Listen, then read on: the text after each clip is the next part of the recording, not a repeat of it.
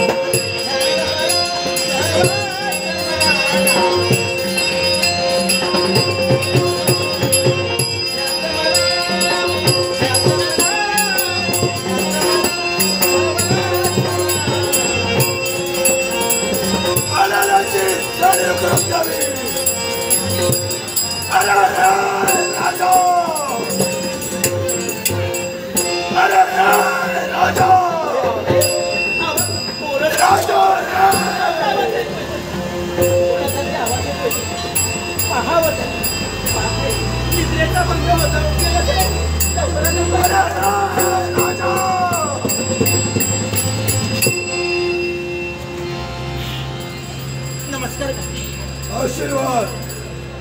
पुन्हा एकदा नमस्कार. कल्याण होईल. कधी न पाहिलेली अनोळखी व्यक्ती मोठमोठ्याने कशाला ओरडता? पण मला सांगा, काय तुमच्या सौभाग्याच्या घरी आहेत आहेत थकून भागून आले, भोजन केलं आणि शांत गाढ झोपी विश्रांती घेतात तेव्हा त्यांना जाऊन सांगा काय तुमचे पाहुणे आलेत म्हणून. पाहुणे आले. पाहुण्यांना भेटायचंय. लवकर जाऊन सांगा. अहो बघ असं जर असेल कुठेही राज दरबारात आणि भेटतात मला भेटायचंय. पाहुणे आले म्हणून सांगू. तुम्ही सांगणार की नाही? हो, ओरडू नका ओरडू नका. आणि जर का सांगितलं काय करणार? शांत व्हा शांत व्हा. सांगते सांगते सांगते. ओरडू नका ओरडू नका. नाथ, अहो नाथ, ओ उठा. तुमचे पाहुणे आले. पाहुण्यांना म्हणावं पाहुण्यांच्या कक्षात बसा.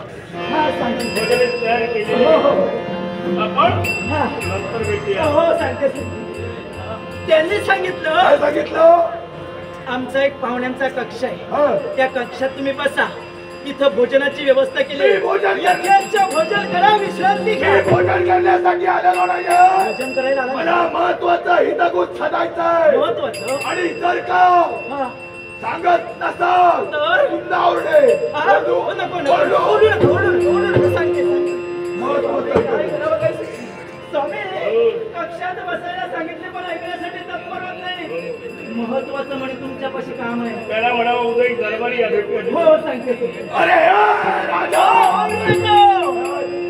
त्यांनी सांगितलं, पतिमय परमेश्वराने सांगितलं महत्वाचं जर काम आहे ना, उद्या एक दरबारी या, तुमचं काम नक्की. उद्या नको, आताच भेटायचंय मला. आताच भेटायचं? आता आज आता ताबडतोब. बरोबर. लवकर सांगा. आता या ठिकाणी मला भेटायचं. हळू बोला. महत्वाचं हितगुज साधायचं. हळू बोला. याच्या इकडे ओरडो. ऐकण्यासाठी तत्पर होत नाही. ते म्हणतात महत्वाचं काहीतरी काम आहे. उठा उठा जरा.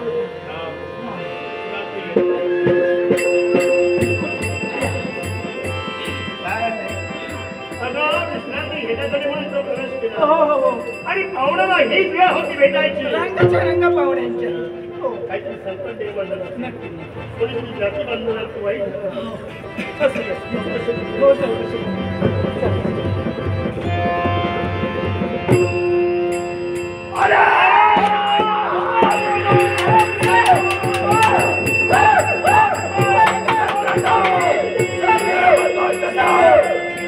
राजा ही दरखास्त जिवंत हव्यास आहे. हे शस्त्राखाली स्वामी शस्त्राखाली खेळ मारतोय. स्वामी माझा वाटत घेऊ नये. शस्त्राखाली घेऊ नका. माझा वाटत घेऊ नये. तुम्ही काय केलं ते शस्त्राखाली घेऊ नका. माझ्या पंचप्राणापेक्षा तुझे पंचप्राण मला महत्वाचे. ही आसुरी शक्ती केव्हा काय करेल सांगता येणार नाही. त्यांना डाव साधला आणि कपट खास्ताव करून आज आम्हाला पराजित करण्याचा प्रयत्न केलाय.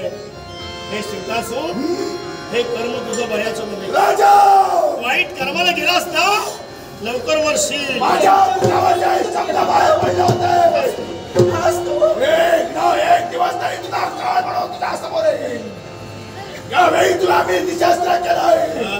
पण आता एकच शासन. कोणतं शासन? शासन कोणतं असेल? नाम धर्म आणि अशा भयानक